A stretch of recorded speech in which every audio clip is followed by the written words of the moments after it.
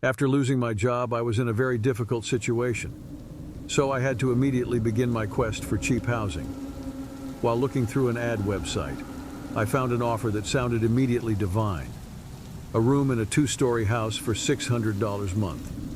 The ad, posted by a man named Ethan, mentioned that he would be away most of the time due to work, and the price was very good. When I went to visit the house, Ethan greeted me cheerfully. He was a tall man with dark hair and had glasses. He looked as if he could be fond of video games. The house was nice, and it had enough space for the living room. The available room was simple but comfortable and already furnished. Ethan quickly showed me around the house, avoiding talking about a small locked room on the second floor. He casually mentioned that it was only for keeping things and forbade me from going into the place. I felt some kind of weirdness in his voice, but I wanted this thing so much that I couldn't refuse it. I decided it would be a good place to start over and moved in the following week as soon as possible. Ethan seemed like a quiet and polite person, although a bit reclusive. The agreement was informal, without a contract. I would pay him in cash every month. The first few days were normal, and I started feeling comfortable in the new house. But soon, I began to notice strange things. Whenever Ethan was home, he would lock himself in his room for hours. Sometimes I heard whispers and footsteps upstairs during the night. One night, while getting ready for bed, I heard a loud noise coming from the small locked room. Curiosity got the better of me, but I decided to ignore it, remembering Ethan's request. However, the feeling that something was wrong wouldn't leave me. A week later, I came home and found the door to the small room slightly open. I peeked inside and saw Ethan crouched, seemingly working on something with his hands. When he noticed my presence, he slammed the door shut, almost hitting my face. A chill ran down my spine, but I didn't want to confront him. I chose to ignore everything and carry on as normal, no matter how uneasy it made me. Then a few days after this, Ethan said he had to leave town for work and would be back in 1 week. This was a great relief. I thought to myself that at last I could take some weight off my shoulders. The night that Ethan did not come back, a big storm raged through the city.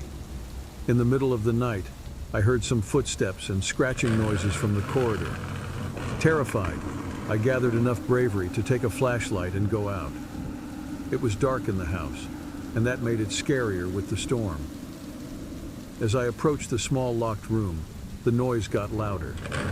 Using the spare key Ethan had left, I decided to open the door. What I saw was breathtaking. A room that had clippings from newspapers about missing people and weird drawings on the walls filled the space. A tiny hole in the floor, where all the sounds seemed to originate, was situated in the middle of that room. I couldn't bear the reek of decay, and a tangy stench so acrid it almost made me throw up. I decided to run and call the police. When the officers arrived and inspected the house, they discovered that Ethan was involved in dark activities, and that the small room was a kind of disturbing shrine. They found more evidence in the opening in the floor, personal items of missing people and ritualistic objects. The whole house had a sinister aura that was only revealed after that terrible discovery. Fortunately, I managed to move out quickly after that terrifying experience. I learned the importance of knowing well the place and the people you live with. And above all, I followed my instincts when something seemed wrong. This experience taught me never to ignore signs of danger, no matter how subtle they might seem. Today, I share this story as a warning to everyone looking for a new home. Make sure to thoroughly investigate before committing to living with someone. You never know what might be hidden behind locked doors and shy smiles. Please like and subscribe if you are enjoying.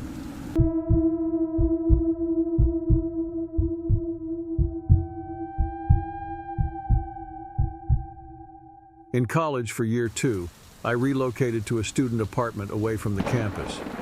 It was Eric, my roommate chosen by the school, who created an impression on me. Initially, he appeared to be a nice and helpful person, but after some time, his conduct started making me feel uneasy. First, he began by slight intrusions into my privacy. Whenever he thought I went somewhere else, you would always find him fumbling through my stuff with lame reasons if caught red-handed. However, what bothered me most were whispers heard at night in Eric's room.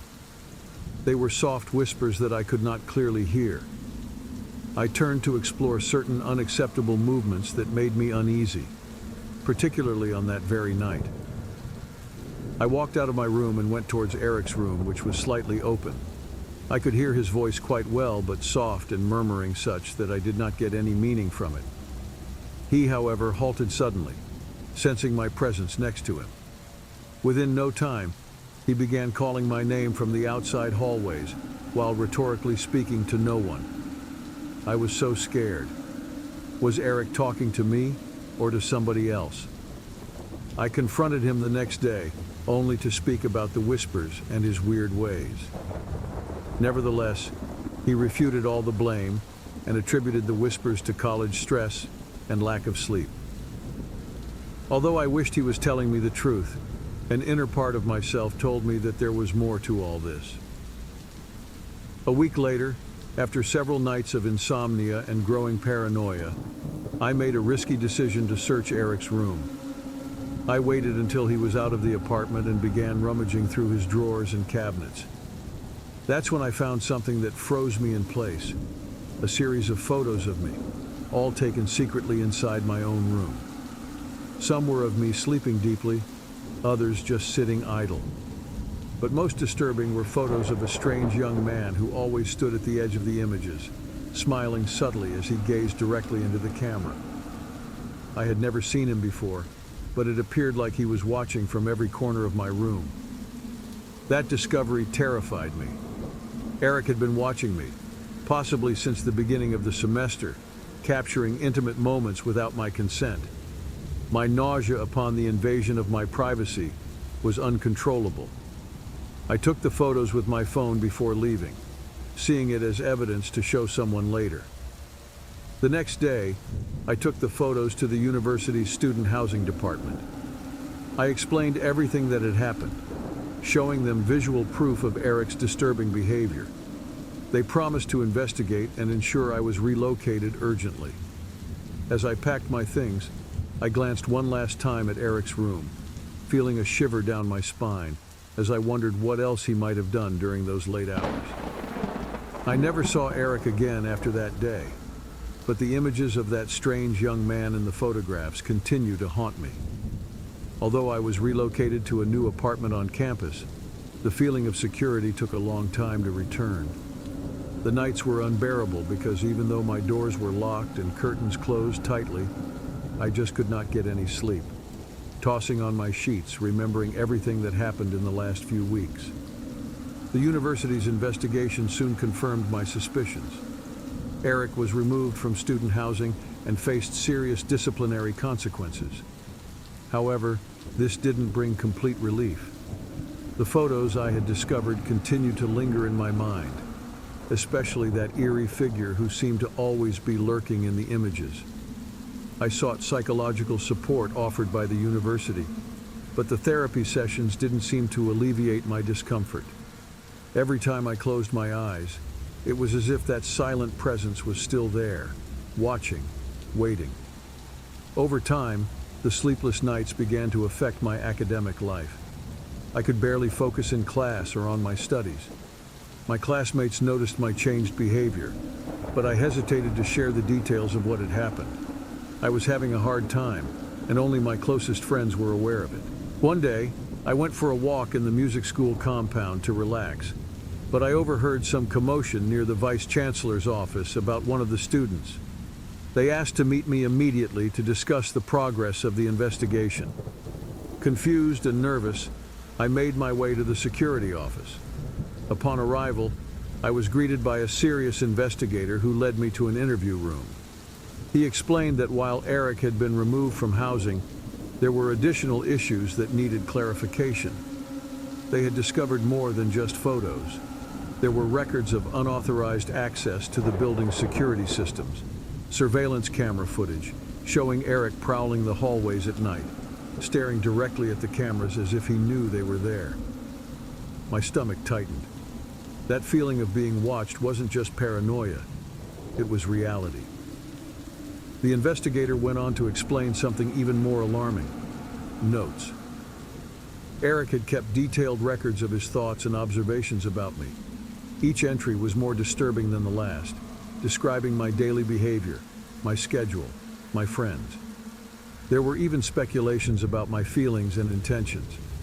When I heard this, I was disgusted and afraid at the same time. What kind of madness would make someone record so obsessively every event in somebody else's life? The copies of the diary pages which the detective brought made me shudder with horror. It was difficult for me to accept that all this was real. Eric appeared to be far beyond just an unusual roommate. He actually turned out to be a seducer, a spy who had trespassed not only upon my personal territory, but also into his own private zone. The rest of the semester was a blur of anxiety and unease. Even though the university authorities reassured me that they had taken extra security precautions, I couldn't shake off the fear of being constantly watched. Every shadow, every movement in the corner of my eye served as a constant reminder of the invasion I had experienced. As summer was getting closer and my semester was winding down, I thought it was time for a big change. I therefore decided to start learning at a university, which was located in a place far away from the city where I had been before. It was a decision I had to make despite its difficulties as regards to my mind's soundness. After that experience, I really wanted to move on and put it all behind me. When I started at the new university, I found a whole bunch of cool opportunities and made new friends who didn't know anything about my difficult past. Over time, I stopped feeling so paranoid about being watched, and instead, I became determined to not let that experience shape my future.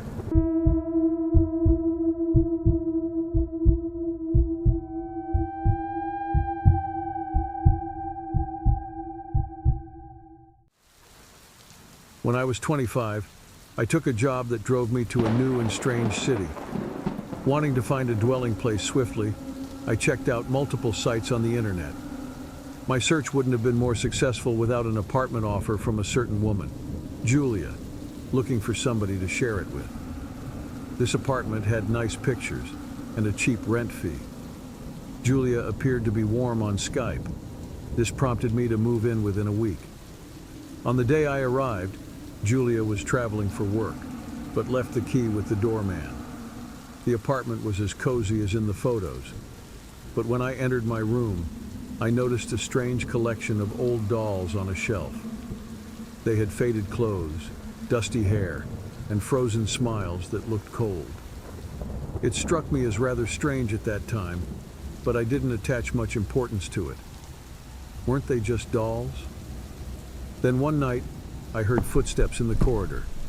It was a soft but distinct noise that made me hold my breath. I got up quietly, trying not to make noise, and went to check. I didn't see anyone, but the dolls seemed to have moved. Their empty, staring eyes seemed to follow my movements. I tried to convince myself it was just my imagination. Even though things were calm after the next days, I always sensed being stalked by someone. It seemed that each of my steps was monitored by unseen entities. I started to experience some sort of cold consistency, as if someone was constantly going to spring upon me from nowhere. I remember one evening sitting in the living room watching television when I heard whisperings emanating from my room. It was keenly disturbing, albeit low in tone, almost inaudible. I got up with a racing heart and checked. I found one of the dolls on the floor, looking directly at me with a more sinister look than before. Its glass eyes reflected the dim hallway light, making it seem alive. I messaged Julia about what was happening, but she laughed it off and said the dolls had been there for years without causing any problems. Her response bothered me, but I tried to believe there was nothing to worry about. Still, I decided to lock my room at night. The feeling of insecurity was constant, like something bad was about to happen. A week later, Julia returned. Her smiles seemed fake and awkward, and she avoided eye contact when I mentioned the dolls. She always changed the subject, steering the conversation to trivial topics. I started feeling that there was something deeply wrong in that place. One evening, my eyes opened due to continuing but low voices that came from the living area. At this point, I had a racing heartbeat while opening our room because my hands were shaking in terror. Onwards went the faint illumination that lined the walls with eerie shadows. As I attempted scrutinizing, there sat Julia on the ground, encircled with dolls, conversing in some undertone that was rather spooky. She held her gaze steadily upon them, as though she were hypnotized. The scene terrified me. I stood frozen for a moment. Julia didn't seem to notice my presence. The dolls seemed to respond with their gaze, their expressions disturbing. I decided I needed to get out of there, but fear paralyzed me. What was happening with Julia? And why did those dolls seem so alive? I asked myself. The following day, I attempted to leave my flat only to discover to my dismay that the door was locked from the outside. My heart almost stopped. Julia appeared out of nowhere with a disturbing smile on her face and said, "The dolls said you can't leave." Fear took over me. I asked her, "What do you mean, the dolls?" She didn't say anything else. That smile was something I had never seen before. It was as if she was enjoying my despair. Her words lingered in my mind, creating a sense of growing panic. I went to my room and locked the door quickly, thinking of a way to get out of there as soon as possible. I thought of calling the police, but she would hear everything. That night, I managed to escape through my bedroom window. I carefully climbed down the fire escape, my feet touching the ground with a relief I can't describe. I called the police immediately. My hands were still trembling with fear. When the police arrived, I told them everything that had happened, and Julia was taken into custody. I found out she had a history of disturbing behavior and that the dolls were from missing women and girls. The police found evidence that Julia was involved in something much darker than I could have imagined. Each doll represented a person who had mysteriously disappeared.